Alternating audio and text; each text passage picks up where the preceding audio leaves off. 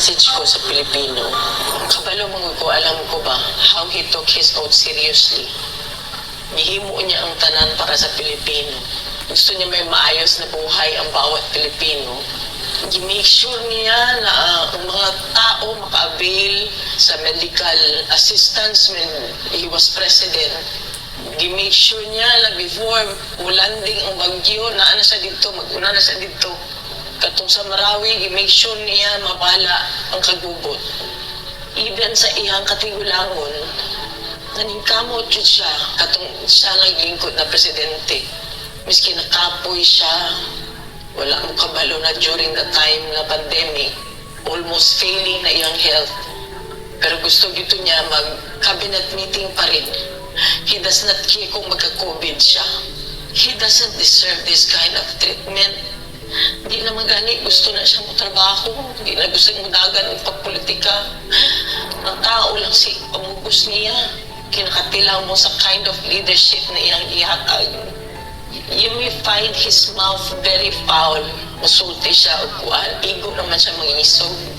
I remember that time na ginan ako ayuhan ng Pasig River. Ginan ako na siya. Dali naman na mag-isog-isog naman ka. Maurang man na iya. Ang isog-isog niya na resulta. Maano tayo nag-inabuso na siya during sa iyang presidency. Wala nag-abuso. Walang awat. Ipakambaba siya, miski presidente na siya. Makita niya mo siya ang kaatong tao. Maluhi ko kay pagkaon na lang ang tani ang gusto. Hindi na siya materialistic. He doesn't care. Kung naa siya'y kwarta o wala, he doesn't care kung sa iyang isuot. Daan.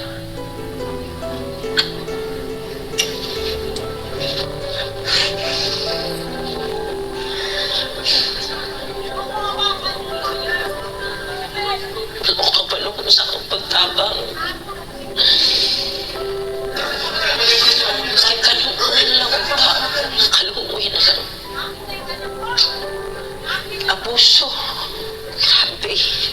Abuso. Sa simple lang ay yung gusto. Deprive pag yun ninyo.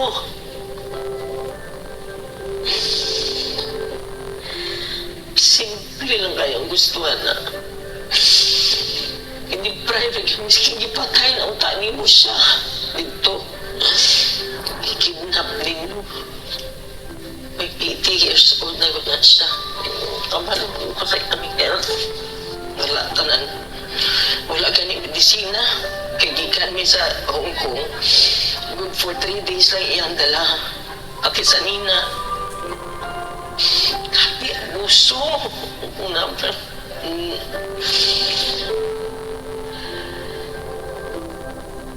Grabe. Wala mo na siya ni-trigger o pusil. Maski isa. Wala mo na siya gi-usil. Wala mo na siya gi-dunggag. Accusation ng haing ka. Accusations ng haing ka buo. Asa man ang haing. Wala maganin niya magkiti. Siguro ng haing na gina-accuse siya. Ang gani. Grabe gani. Kulong na lang yung bulhot na nila sa Pilipinas na iyang natawan. Yung ala pag nilabuhak diri sa mga di ko katulog, dili ko kapuyo sa among sariling balay. Balo ka ba? First night na ko gikan sa katong pag-abot na mo kuan. Wala na ko nakauli sa among balay. Nagplano-plano na lang ko asa ko matulog. Hangiyap lang ko. Una ko kabaloon sa akong wala ko kabaloon sa akong. Iluil ko kay ultimo pagkaon na ba? Minisaya lang ang gustuhan na. Kung ba naghandong, mansyon ka na sa dili. God.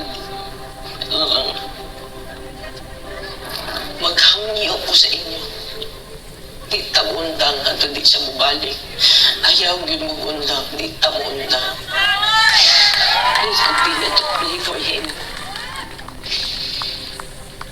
And for us, naman sa namot eh. Tabang, Pilipino, tabang.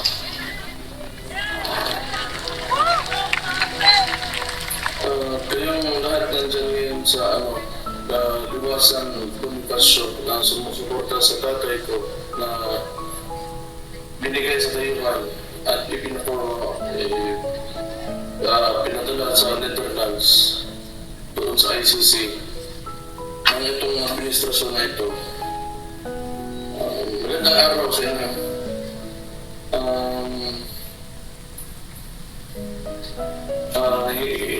Mahirap yung sitwasyon namin ngayon. Gusto ko sana na nandyan ako. Yun nga lang, may binabantayan ako na syudad itong araw dahil ako ang alkalde dito ngayon, so hindi ako makapunta. At medyo pakiramdam ko may gagawin sila dito sa lugar, kaya hindi muna ako makapunta dyan. Sayang na hindi ko kayo makikita at makakausap ng personal. Pero gusto ko magpasalamat sa lahat ng ginagawa niyo para sa tatay ko.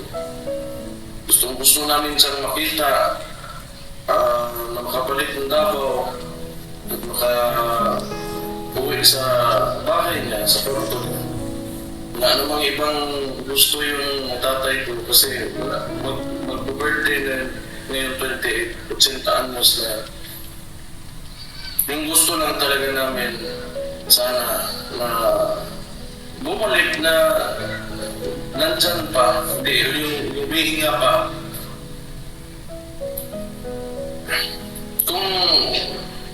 Kung may kasalanan man talaga siya, sana naman talaga, dahil Pilipino naman tayong lahat, dito na lang sana yun sa mga korte natin,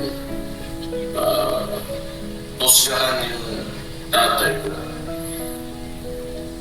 Masakit doon, hindi na namin nakikita ngayon. Kung magbibisita kami, pupunta pa kami ibang bansa, mahirapan. So, gusto ko lang sabihin talaga, ang nakita ko lang, simula nung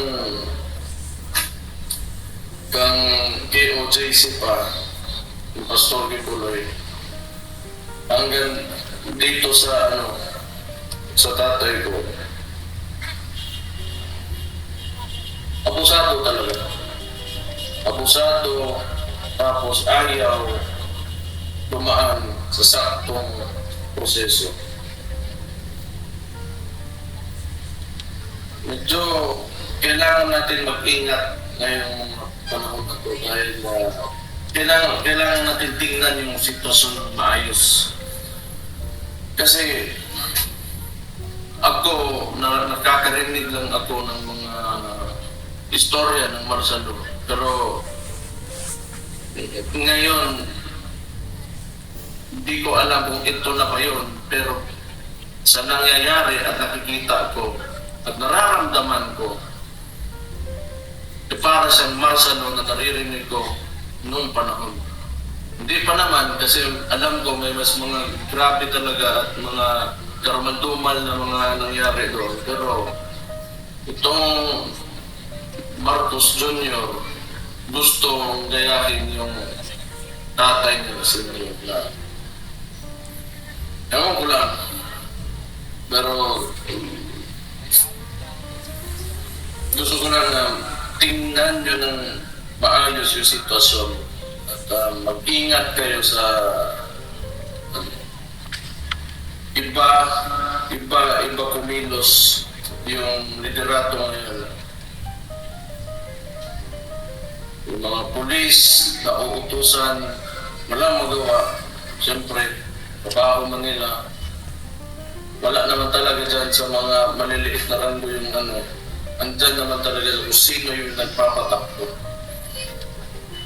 So, mag-ingat kayo dyan. Again, gusto ko lang magpasalamat kasi wala talaga akong, hindi ko alam talaga ano sabihin ko sa inyo kasi apektado talaga ako ngayon, yung pamilya namin sa nangyari. Yung gusto lang namin makita yung former President Digong. So, malaking bagay, lahat ng ginagawa nyo, sinasabi nyo, sinusulat nyo, lahat ng suporta na pinapakita nyo. Malaking bagay. suporta na pinakita na malaking bagay yan sa amin. Kaya salamat sa inyo. Yun lang. Mabuhay kayong lahat. Well, it was really kidnapping. You see the comments all around the world from experts. Yes. But if you talk to lawyers, they call it extraordinary rendition. But for a family member like me, that's kidnapping. That's forcibly taking my father to another country and illegally arresting him. So that's clearly kidnapping. Mag-apply po ba si PRD ng interim release? That is something that I cannot comment on because it's a legal strategy. So I would leave that to the lawyers if the lawyers would like to talk to the media. But I will not comment on legal strategy. I would also add that because I told him a lot of people are crying, they are depressed, hurt, stressed about what happened and what is happening right now and what is happening in the country. And then he said, sabihin mo sa kanila, relax lang, may hangganan ang lahat. So I'm remembering this from kasi I cannot take notes, I cannot take a ball pen and pen. So sabihin mo sa kanila, relax lang, may hangganan ng lahat, there will be a day of reckoning for all.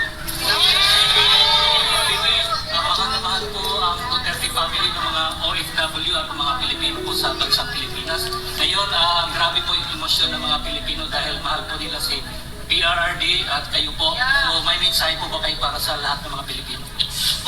Yes. Unang-una, nagpapasalamat ako sa lahat ng ating mga kababayan. First off, I'd like to thank all our countrymen for your prayers and your profound support to the former president. We can feel your love, we can feel your anger, we can empathize with everyone. Everyone's rage about what happened. And let us not be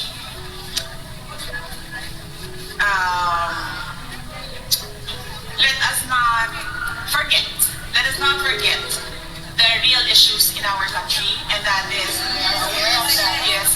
the poverty, that is corruption, that is the failure of the government to answer the demands from the people about accountability and transparency, and the failure of the government to address peace and security in our country.